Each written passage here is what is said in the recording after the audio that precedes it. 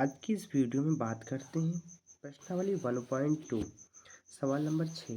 देखते हैं सवाल नंबर 6 में हमसे पूछ क्या आ रहा है। व्याख्या कीजिए कि 7 इंटू 11 इंटू 13 प्लस 13 और 7 into 6 into 5 into 4 into 3 into 2 into 1 plus 5 भाज्य संख्याएं क्यों हैं। मतलब भाज्य संख्याएं क्यों हैं, इसी को सिद्ध करना है।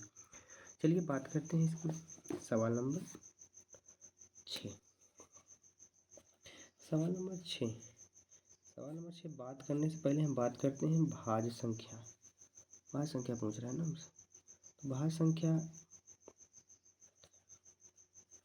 हमें जानकारी होनी चाहिए। भाज्य संख्या क्या होती है।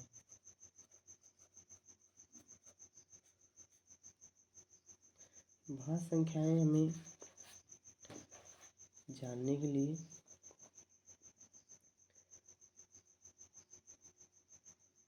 हमें पता होना चाहिए। भाज्य संख्या ऐसी संख्या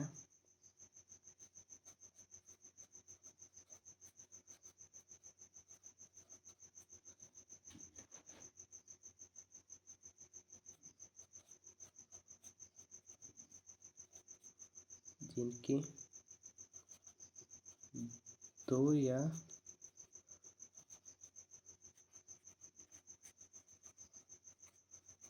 दो से अधिक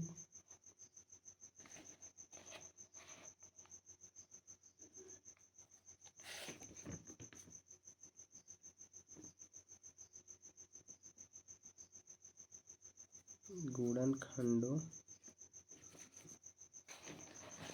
के रूप में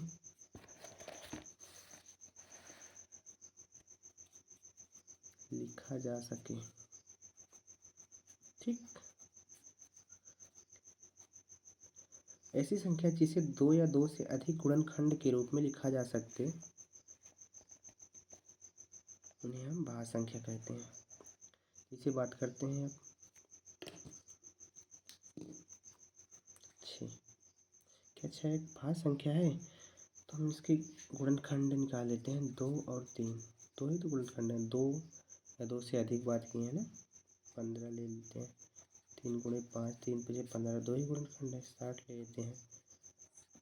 2 की पावर 2 इंटू 3 इंटू 5, 2 से अधिक गुणनखंड है, इसका मतलब भाज्य संख्या है। चलिए मैं बात करता हूँ, जैसे 2 3 4 5 6 7 8 9 10। क्या दो कौन सी संख्या है बताइए। दो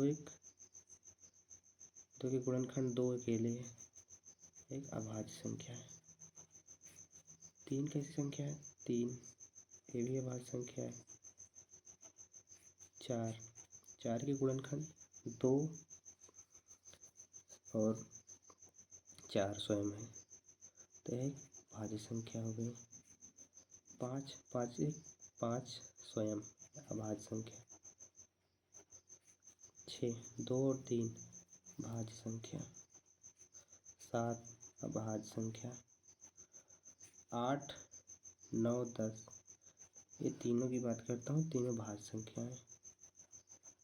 आप तो जान गए होंगे आप भाज्य संख्या और अभाज्य संख्याएं क्या होती हैं। तो चलिए सवाल नंबर 6 की बात करते हैं। सवाल नंबर 6, व्याख्या कीजिए कि 7 11 13 प्लस 13। दो सवाल दिया हुआ है, एक की बात करता हूँ।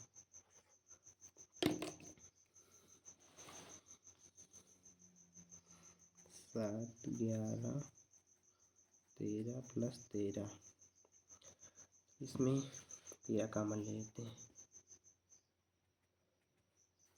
तो बचेगा 7 गुणे 11 plus 1। 13 11 Satti 77 plus 1, 13 into 78। 13 into 78, दो गुणनखंड आ गए ना, तो हम कह सकते हैं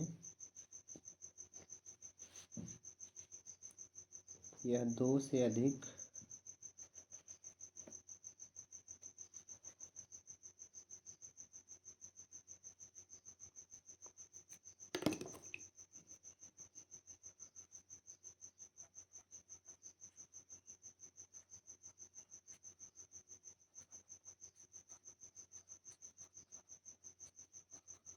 दो या दो से अधिक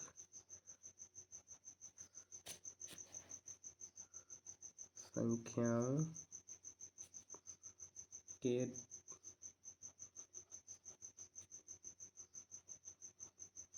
गुणनखंड के रूप में लिखा जा सकता है।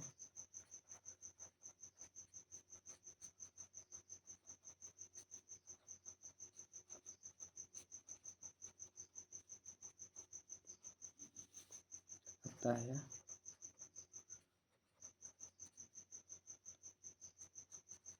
एक भाज्य संख्या है।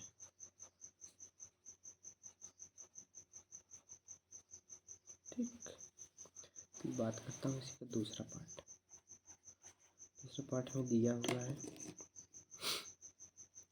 7 × 6 × 5 × 4 × 3 × 2 × 1 + 5। इसको सिद्ध करना है कि भाज्य है या अभाज्य। इसमें देखते हैं 5, तो इसमें 5 कॉमन ले लेते हैं। 7 × 6 × 4, 5 तो कॉमन ले लिए। 4 × 3 × 2 + 1। तो इसमें जब 5 कॉमन ले लिए, इसमें बचता क्या है अंदर लिख दिए। अब इसमें इसको सबको मल्टीप्लाई कर लें। 42 इंटू 4 3 12 दूनी 24 + 1 5 इंटू, जब इसका हम मल्टीप्लाई करेंगे 42 और 24, तो इसका मल्टीप्लाई करने पे आएगा 1008 + 1, तो 5 × 1009। इसमें भी हमें दो गुणनखंड प्राप्त हो गए। तो हम लिख देंगे यह दो या दो से अधिक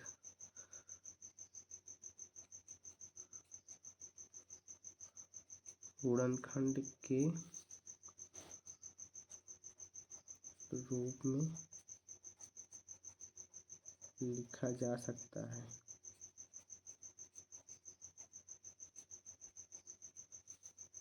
अतः यह एक भाज्य संख्या है। ठीक, सवाल नंबर 6 आपको अच्छे समझ में आएगा। हम बात करते हैं। ठीक, धन्यवाद। क्लास का यहीं से अंत करते हैं। नेक्स्ट क्लास में आपको हम प्रश्न संख्या 7 पढ़ाएंगे अच्छे से। तो बात कर लेते हैं, टाइम है, प्रश्न संख्या 7 की बात कर लेते हैं। प्रश्न संख्या 7, प्रश्न संख्या 7 में हमें दिया क्या है देखते हैं। किसी खेल के मैदान के चारों ओर एक वृत्ताकार पथ है। इस मैदान का एक चक्कर लगाने में सोनाली को 18 मिनट लगता है। सोनाली को 18 मिनट लगता है, जबकि इसी मैदान के एक चक्कर लगाने में रवि को 12 मिनट लगता है। रवि को 12 मिनट लगता है। मान लीजिए कि दोनों एक ही स्थान और एक ही समय पर चलना प्रारंभ करते हैं। एक ही दिशा में चलते हैं। कितने समय बाद वे पुनः प्रारंभिक स्थान पर मिलेंगे। ठीक, पूछ रहा है कितने समय बाद वो दोनों प्रारंभिक स्थान पर मिलेंगे। चलिए देखते हैं सवाल नंबर 7।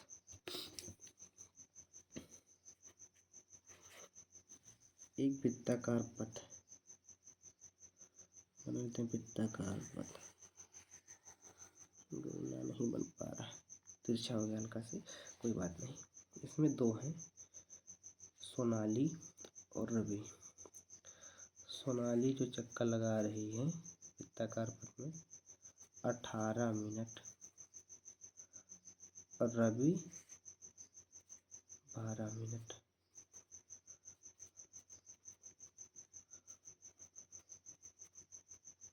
इसमें पूछा क्या गया है, दोनों एक ही स्थान एक ही समय से चलना प्रारंभ करते हैं।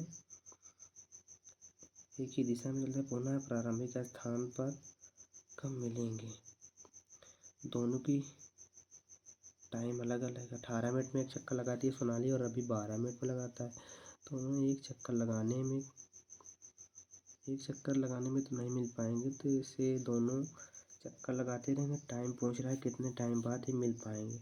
तो न्यूनतम समय पूछ रहा है ना, तो हमें न्यूनतम समय ज्ञात करने के लिए हमको इसमें एलसीएम ज्ञात करना पड़ेगा। क्या ज्ञात करना पड़ेगा? एलसीएम।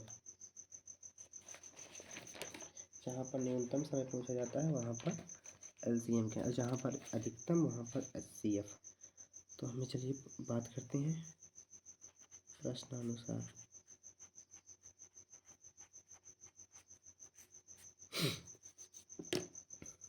18 और 12 का एलसीएम निकालना पड़ेगा।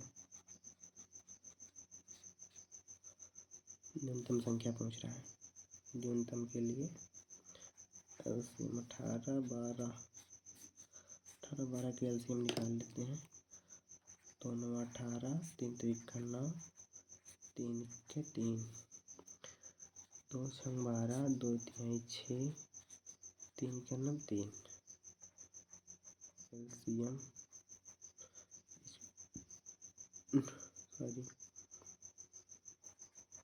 अभाज्य गुणनखंड 18 क्या होगा? 2 × 3 की पावर 2, 12, 2 की पावर 2 × 3 लेना है ना, सबसे सभी गुणनखंड ले लेना और जो सबसे ज़्यादा पावर होगी उसी को लेना है। 2